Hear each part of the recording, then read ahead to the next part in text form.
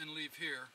We haven't done any significant amount of damage to the roots. We've pried around them quite a bit, but we'll fill all this back in with dirt and roll the rock in place again to restore its former support system and stuff. But after working on this tree for a little bit, you know, we might be able to get this one out, but it doesn't look nearly as promising as it did at first, and it would probably be better just to leave it. So I think we'll just start covering it back up, and we'll move on and see if we can find a different one. Well, here we have another juniper, and I think this one might come up. I don't know. We've looked around a little bit at several others. This particular tree, it's kind of a big tree, a little bit large probably, what we think of for bonsai, but it does have a nice feature here. It's got a nice shari, that is deadwood, running all the way up the trunk, and then of course it goes up about probably 6 feet there. And then the branches on this tree are actually pretty young and flexible, so we could do a lot with this tree with wire, and we can shorten the height a little bit. But it's this is probably relatively a young tree for this area. You know, this tree might be, I would guesstimate, around 140, 150 years old. As you can see, it's been growing in this little kind of a runoff channel in the rock, so that when it does rain, this tree gets a fair amount of water, which accounts for its pretty vigorous growth and its full mat of foliage here. Another thing I want to mention is I've heard many people say that if a juniper gets berries on it, that's a sign of it being under stress. But in nature, of course, they make berries all the time because that's how they reproduce. So that's very common to see a collected tree with covered with berries. And this would be a female plant then, with the berries on it. But I've poked around a little bit here, and I think this one's got a pretty good chance of being collectible. When I wiggle the tree, I can see the whole root mat here moving along with it, and that gives me hope that we may be able to collect the thing with pretty much of an intact root system. Now, it's very dry right now. We haven't really had the autumn rains yet that are basically something we look for when we're going to start collecting in the fall. We're a little bit early. The plant should still do fine. This is the time of year when they'll start growing new roots. But I did bring some water along, and I want to just kind of, just to a little extent, try and maybe soften up the root pad a little bit. Don't want to let it run off. And then after we get this out, we'll soak it down really good before we transport it anywhere.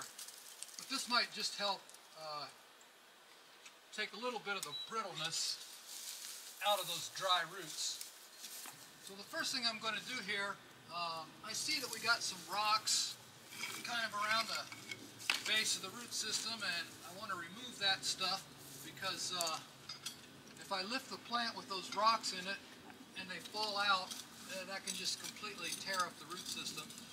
And getting these rocks out here will also give me some idea of what the root system really is. Occasionally you run into the situation where you'll have a plant and you're prying on it, and it looks like it has an excellent root system, and what it'll turn out to be is just a big flat rock underneath the plant, and that's making the whole root system move. And so the root system is not nearly as well attached as you thought it was. So you gotta always be kind of careful. There's a lot of things that appear like they're collectible that really aren't. I don't know if you can see from this distance, but here again we have a really, really dense mat of fine juniper roots there. And these really fine roots, these ones that are about the diameter of a sewing thread, those are the ones that we want to put in the bonsai pot to do all the work for us and keep the tree alive. So the root system is exactly what we want, and the only question is, can we lift this plant out and keep the root system intact and connected? If we can, basically you've got a situation very much like a potted plant, and the survival is very, very high.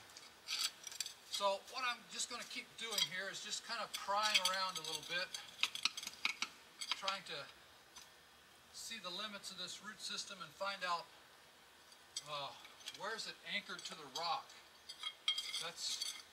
that's the key question of the moment here.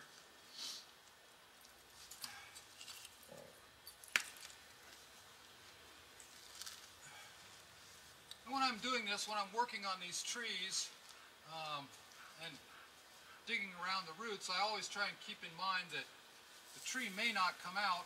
I don't want to shovel all this stuff down the hill and stuff. I want to keep it so that if the plant doesn't come out, I can rebuild it some growing medium around the root system. And frequently, what will happen then with a plant that you can't remove, the initial work that you do on it may loosen it up enough. If you rebuild all this stuff around there and pile it up so that it can continue growing, well, in a few years you may come back and it may well come out then.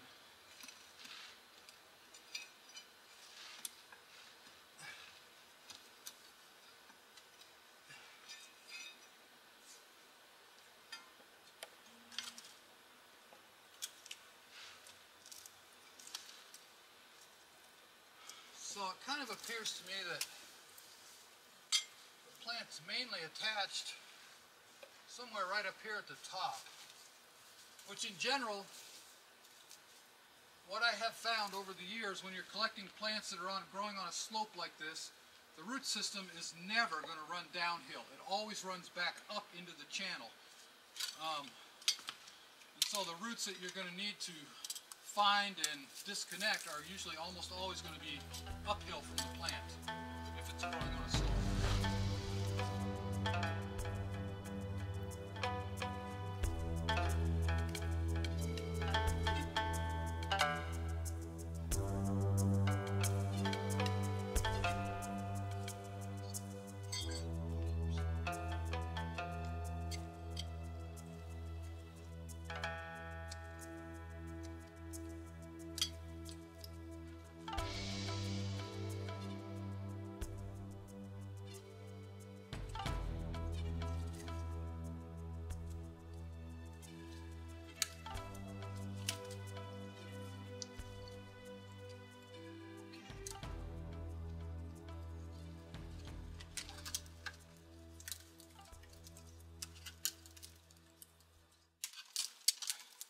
Alright, so we got the plant out. And if you look at this, I don't know if you can see it against my hand there, but this is all just a huge mat of very, very fine hair roots. And that's what makes collecting off of rock outcrops is very desirable, is that you can get a very, very fine mat of roots that transplant really well. Once we have the tree collected, the next step is to wrap it up very tightly. After taking all the time to collect these roots, you know, the last thing we want to do is beat this thing up while we're trying to get back to our vehicle or something. So we want to wrap the root system just as tightly as we can so that it's completely immobile. I think I've found that a lot of trees that maybe are collected in the field in good shape may be killed just on the trip back to the truck if it's over rough terrain.